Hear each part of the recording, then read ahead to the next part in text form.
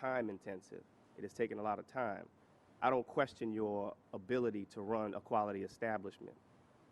With that said, the average business owner in your predicament probably would have walked away a long time ago. Sure.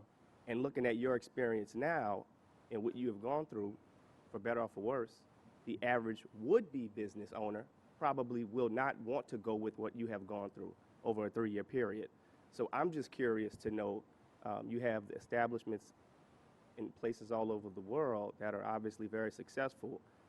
We'll talk to your commitment a little bit about this, because since we're going to have a broad conversation, I think that's a very important piece. All right. In full disclosure, I'm a little bit of a cornball, so it's going to get sappy, but it's the real. All right? Keep it real. That's what you want to hear. All right. So I got to tell you, I left New York, and in New York, okay, you have the Bloombergs of the world. You have people way more successful. But for a guy that nobody was betting on, I've done really well for myself, and I'm proud of that, you know. And some because I got benefits others don't, and other ways just making my luck and working hard.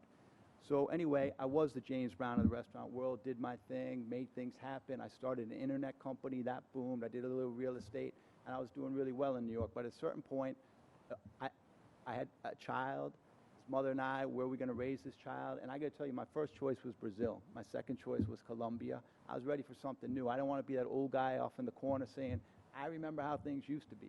Nah, that's not me. I want to be a part of my community. So we have to find somewhere else. Third on the list was New Orleans.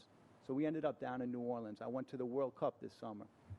Spent the whole summer. I came back to see Prince at Essence, went back for the final. Besides that, I was there for the summer in Brazil, my dream spot where I wanted to be. Came back to New Orleans. I'm driving along, and I said to myself, I'm glad I ended up in New Orleans. Just like when you start dating a woman or whoever your significant other is, you like that person, then you love that person, then something clicks, your heart goes boom, boom, and you fall in love with that person. And for whatever reason, I've fallen in love with New Orleans. I came down here to raise my son. I really don't feel there's a better place in the world. If he wants to be a brainiac, there's great schools. He's going to be a jock. We have athletes. Thank you very much, Eli. You won the Super Bowl for us twice when I was a Giants fan. Now I've switched over this thing. If he wants to just grow his hair out and play for people, for tourists, you know, at Jackson Square, he can do that and be an artsy kid. But whatever he wants to do, I really feel I can help him realize his dreams in New Orleans in a way that I never could in New York. As far as when you ask me about this process, there's two things that really hold me strong as far as working this process. One is in New York, I really am a helpful guy. And in New York, I know most everybody that people need to know, whether it's a restaurant business or helping a friend out. So I'm the guy that really doesn't need any help, but can help a lot of people out because I know a lot of people. I moved down here to New Orleans, and like I said, I met the council person, VCC. I took the temperature before. I didn't want to come in here, big Yankee carpetbagger dude swinging it, do you know what I mean, telling people what was up. That wasn't my intention at all. So I asked people before I even bought it. And then somehow what became a little opposition was a big opposition. It got vitriolic, and it's turned into something bigger than it never should have been this big.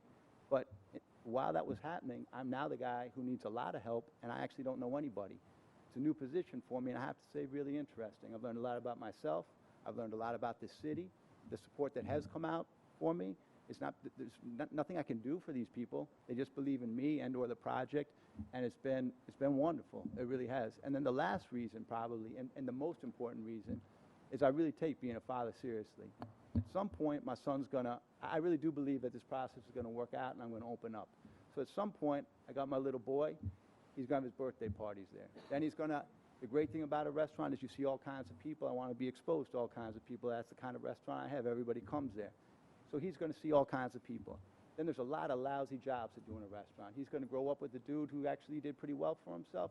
I don't want some little snot-nosed kid. I want him to work, know what it is. So you can clean the grease trap, and you're going to clean the grease trap with somebody you're no better than, and you've got to learn about that. At some point, he's going to bring his girlfriends there. At some point, he's going to take over and hopefully run this place in New Orleans, and I want to be connected to the community in a really big way.